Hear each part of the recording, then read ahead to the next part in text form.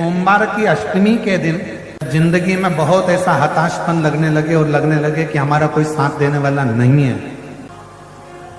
कनेर के फूल को हल्दी और कुमकुम रोली लगाकर कनेर के पुष्प को यदि सोमवार की अष्टमी के दिन मां जगतजननी की पीठिका का स्मरण करेंगे, जैसे ये शिवलिंग है और ये जो पीठिका है जहां पर शिवलिंग रखा है, गोल जो पीठिका दिख रही है या चौकोर हो या जो भी आकृति की हो पीठिका, वो पीठिका और ये जल निकलने वाला जलाधारी का स्थान। तो कनेर का जो पुष्प होता है उसमें कुंकू और हल्दी लगाकर सोमवार की अष्टमी के दिन आप जब बहुत हताश हो जाएं, कोई साथ देने वाला ना मिले और कोई बड़ी उलझन में अगर उलझे पड़े हैं, एक कनेर का पुष्प इस पीठिका पर कहीं पर भी मां जगतजननी की पीठिका पर किसी भी स्थान पर मां तारा रानी का नाम लेकर एक बार अगर आपने सोमवार की अष्टमी के दिन पुष्प समर्पित कर दिया मां तारा देवी के नाम से, देवाधिदेव महादेव और मां शक्ति की कृपा अपने आप होगी और वो कार्य सफल होकर ही रहेगा। सोमवार की अष्टमी को और धतूरे का फूल, कांटे वाला धतूरा और उसमें लगने वाला एक पुष्प, आस्था चैनल पर आप लोग देख रहे होंगे धतूरे के फूल का दर्शन। धतूरा और धतूरे का पुष्प, छोटा सा पौधा है, ज्यादा बड़ा नहीं है, कांटा लग रहा है, धतूरा लग रहा है और उसमें भी साधारण धतूरा नहीं, जिस धतूरे के नीचे की डंडी लाल कलर की होती है, अगर वो सोमवार की अष्टमी को देवाधिदेव महादेव को समर्पित करी जाती है तो उसके घर में कभी संपदा की कमी नहीं होती है। वो धतूरा है, साधारण नहीं है। धतूरे में भी लाल डंडी, जैसे धतूरा गोल होता है उसके नीचे एक छोटी सी डंडी, देखा है आप लोगों ने? अरे देखी कि नहीं देखी बोलो? धतूरा देखा है ना? धतूरे के अंदर एक नीचे छोटी सी डंडी होती है, जब तोड़ोगे तो वो डंडी का कलर अगर लाल है, वो डंडी का कलर अगर लाल है, और कभी हम तो कहेंगे जैसे बड़ी बीमारी जिसको हो जाती है, लीवर, किडनी, कैंसर आदि का बड़ी बीमारियों से जो जूझ रहा होता है, प्रयास करो, प्रयास महामृत्युंजय का जाप कर कर, महामृत्युंजय का स्मरण कर कर, एक लाल डंडी का धतूरा प्रयास करना, एक धतूरा मिल जाए या 5 धतूरे मिल जाए किसी भी एकांतेश्वर महादेव पर, जो शिव मंदिर एकांत में हो, जहां कोई जाता आता नहीं हो। वैसे तो अब बहुत मुश्किल है कि ऐसा मंदिर मिल जाए जहां कोई जाता आता नहीं हो, पहले की बात दूसरी है।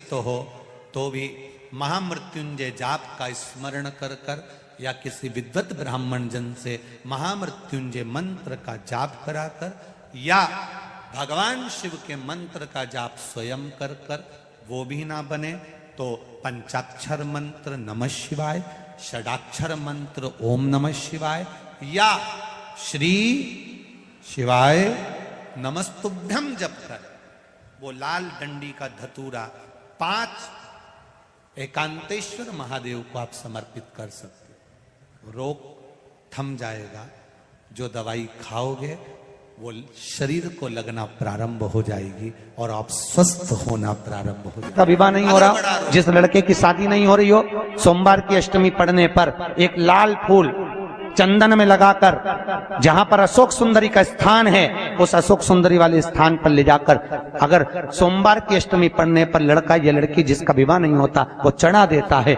मात्र 3 महीने में उसका विवाह पक्का हो जाता है। हमने पहले भी कथा में कहा है कि सोमवार की अष्टमी के दिन भूल से भी अगर एक बेलपत्र, एक श्वेत पुष्प शंकर भगवान को समर्पित हो जाता है तो ये मानकर चलें कि आपने कुछ मांगा भी नहीं तो भी शंकर भगवान देने के लिए आपके दरवाजे पर पहुंच जाए। भूलवश सोमवार की अष्टमी के दिन अगर भूलवश भी अगर हमारे हाथ से एक बेलपत्र, एक पुष्प शिव को समर्पित हो जाए तो समझ लो कि कहीं शंकर की उदारता, कहीं शिव की कृपा। व्यापार व्यवसाय नहीं चल रहा हो, नौकरी सर्विस नहीं मिल रही हो, बहुत तकलीफ हो, 7 बेलपत्री केसर को घिसकर चंदन बनाकर बेलपत्री पर बीच वाली पत्ती पर ओम लिखना है। दोनों पत्तियों पर भी एक आद्यशक्ति जगदम्बा के नाम की केसर की बिंदी लगाना है, दूसरे में श्री गणेश रिद्धि सिद्धि के नाम की बिंदी लगाना, शिव जी पर समर्पित करते जाना, शंकर को चढ़ाते जाओ। सोमवार की अष्टमी के दिन भगवान शंकर को बेलपत्र समर्पित जरूर करना चाहिए, वो भी शाम के समय पर। आप लोग तो जानते होंगे कि सोमवार की जो अष्टमी होती है शंकर और पार्वती के मिलन का दिन होता है। किसके मिलन का है? जम के बोलिए। शिव और पार्वती के मिलन का दिन होता है सोमवार की अष्टमी का दिन। साल भर में लगभग 4 या 5 सोमवार की अष्टमी पड़ती है, इससे ज्यादा नहीं पड़ती सोमवार की अष्टमी। इसमें मां जगत जननी जगदम्बा अपनी 64 योगिनियों को लेकर शंकर भगवान के सामने नृत्य करती हैं जब सोमवार की अष्टमी पड़ती है। जैसे शिवरात्रि का महत्व होता है उसी तरह सोमवार की अष्टमी का महत्व होता है।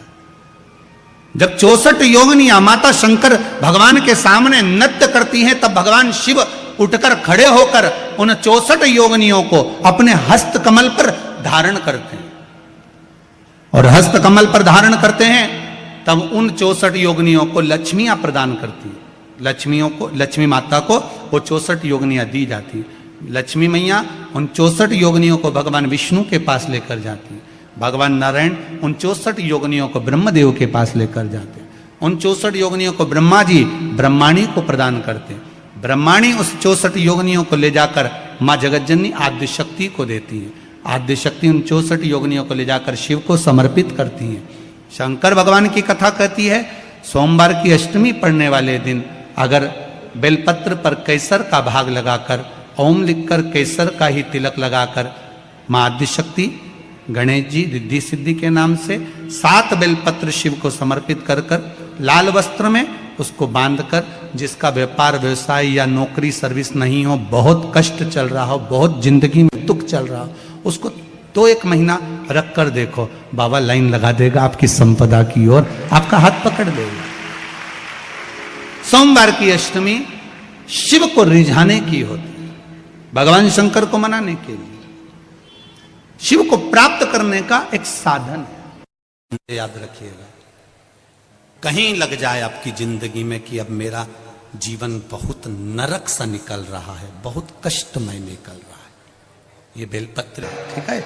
तो जो वो गाय का गोबर होता है तो वो उसको हाथ से थपा हुआ नहीं, गाय ने गोबर किया, नीचे गिरा, सूखा हुआ गोबर का कंडा जो होता है उसको जलाकर भस्म बनाकर कपड़े से छानकर उसको डब्बी में रख लेते हैं। जब ऐसा लग रहा है कि मेरा ये काम हो ही नहीं रहा, अटक ही अटक रहा है, तो सोमवार की अष्टमी जब पड़े तो वो थोड़ी सी जो भस्म है वो उस रुद्राक्ष पर 5 मुखी पर अघोरेश्वर महादेव का नाम लेकर चढ़ा दी जाए, और उसी भस्म को खाकर, उसी भस्म का तिलक लगाकर यदि कार्य के लिए जाया जाए तो वो कार्य सफल होता ही है, उसमें अड़चन आ ही नहीं सकती, उस कार्य में कभी अड़चन नहीं आ सकती, क्योंकि अघोरेश्वर महादेव का उसमें नाम है, अघोर।